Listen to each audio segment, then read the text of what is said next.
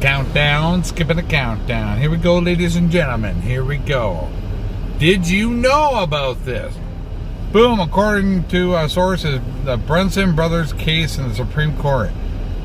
Wait a minute, non-disclosure agreements? Wait, hold on a second. Doesn't that mean that if they overturn this case, doesn't this dude here, that guy there, get reinstated? Well, hold on a second. That's weird. All right, let's get into this. The Brunson brothers case, a legal time bomb. What? In a stunning turn of events, the legal saga known as the Brunson brothers case has captivated the attention of the nation, with whispers suggesting that if this case is overturned, President Donald Trump could be reinstated without the need for an election. Congratulations! This notion has sent shockwaves through political circles and ignited fervent debates. But what exactly is happening behind the scenes, and why has this case reemerged as a focal point of national intrigue? Woo! Okay, let's zoom in on this. See what we can read. Just a friendly reminder. Okay, right there. Case overturned, Trump returns on that day and no election. You're welcome. Even she says, Santa surfing. I know how to find her. I've been following her a while. All right, let's move on. Even the Biznitch says it. So there's a lot of interesting.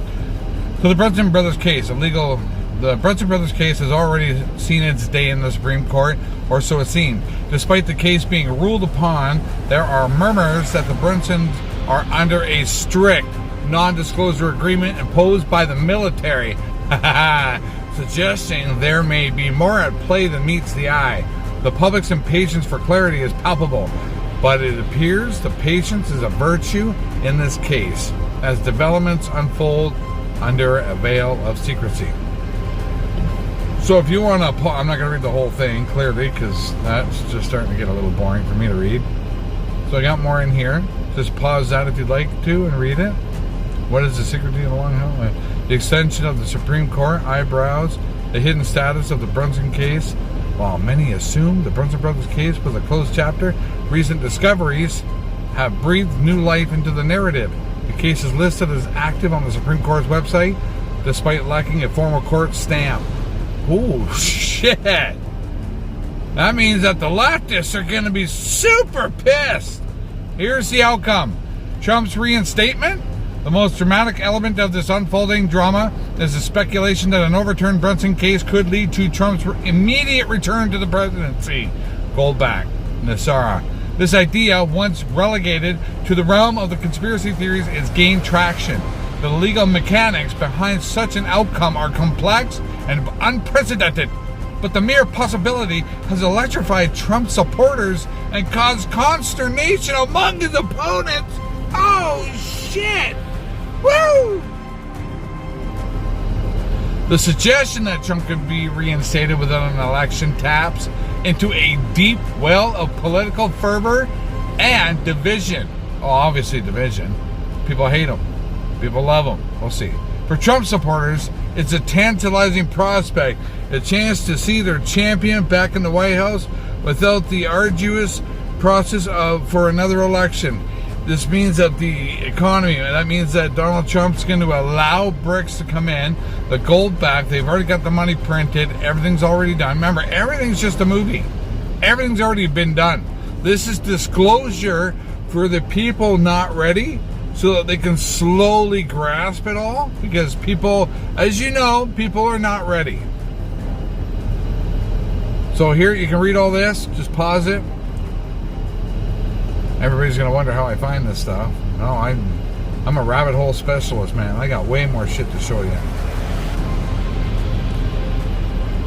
Pentagon. What do you see about the Pentagon? Oh, Operation Flicker. Over 5,000 Pentagon Department of Defense involved in child porn. I'll show you that website, too. Not the actual child porn. You're not going to see that. Sorry. Let's see. Is that a video? Yes, it is. The Defense Department releasing brand new details into an investigation involving child pornography. No. And dozens of its workers and contractors, some with top-level security clearance. What? Not only are these very serious accusations, but investigators say some of the people involved were handling the nation's most sensitive secrets. potentially making this a matter of national security. Chief Fox Report correspondent Jonathan Hunt with the news. Appalling story, Jonathan. Do we know more about these people and their security clearances? Well, we don't know their exact job titles, John, but what we do know is that they did appear to have been working, some of them at high levels, across a range of government agencies. Take a look at this, for instance, the National Security Agency, the National Reconnaissance Office, and the very secretive Defense Advanced Research Projects Agency. Others also worked on actual military installations, including Edwards Air Force Base in California and also the California-based Naval Air Warfare Center. So they had access to military secrets in some cases and military hardware. Are all these suspects under arrest? I got more for you. We've got 94 pages of investigative material from the Defense Department today, including dozens of specific individuals. They have not all been arrested, though. Some have been tried, some have been sentenced, but some have, the cases simply fell apart because of lack of evidence. Some are ratting other people out. Experts tell us it is always very difficult to prosecute child porn cases, not least because it's difficult to prove who exactly was on any given computer. Listen. That's right. Who has the password? Who has the identification to get into that? Was it you who opened the computer and I went on it? Those are very difficult aspects in prosecuting. Then there's finding the victims. Are they abused victims? Are they underage? Did they appear overage? You know, there's a lot of difficulties built right into child pornography cases. But Josh Hanshaft also told me it is imperative that the government find a way to prosecute in these cases because they are so important and so disturbing. And this isn't just about workers committing crime. No, it's not. The big fear here is that there is a possibility that these people open themselves to blackmail by a foreign power that wants to get information about our military secrets, or even terrorists. So the Defense Department is very concerned. It says they are taking all of these cases very seriously indeed, John. There you go. Keeping them honest tonight, potentially hundreds of military employees and contractors who may have bought child pornography online but haven't been prosecuted or even in some cases investigated. That's right, you heard me, child pornography. As many as 1,700 names, according to a U.S. Senator, on a list of 5,200 from an internet sting operation overlooked the first time around 4 years ago. Only now are they supposedly getting a second look, and only after pressure from investigative reporters and the U.S. Senator you're about to hear from, Republican Charles Grassley. Yes, he is. Pentagon porn story began in 2006. An Immigration and Customs Enforcement child pornography sting operation called Project Flicker produced payment records of about 5,200 people, many of whom provided Army or fleet zip codes or military email addresses. Subsequently, the Pentagon's investigative branch, DCIS, began going through the ICE list to identify who actually was a DoD employee or a contractor. The investigation, however, only ran for 8 months and only cross-checked some 3,500 names for Pentagon ties, according to a senator.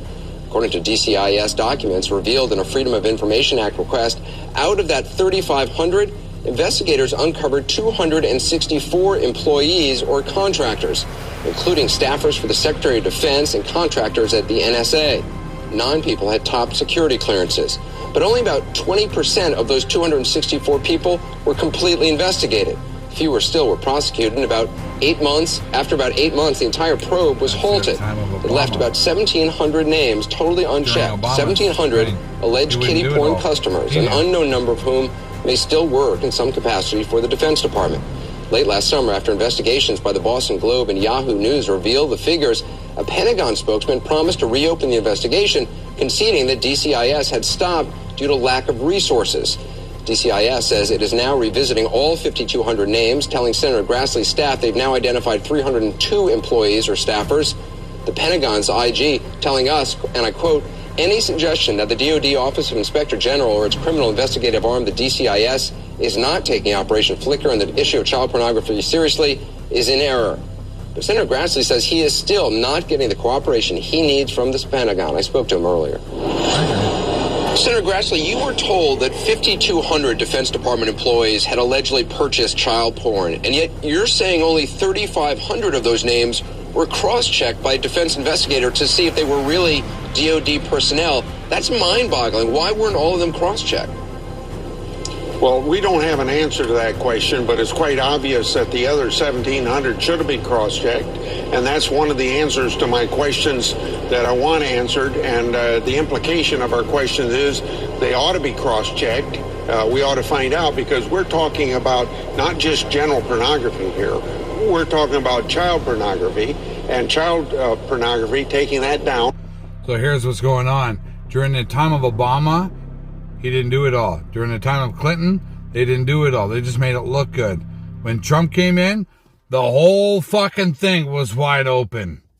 That's why they hate him. Don't miss this. So there's other leaked. Anyway, I don't need to show you. Well, I showed you in the other one, but I got another thing for you here.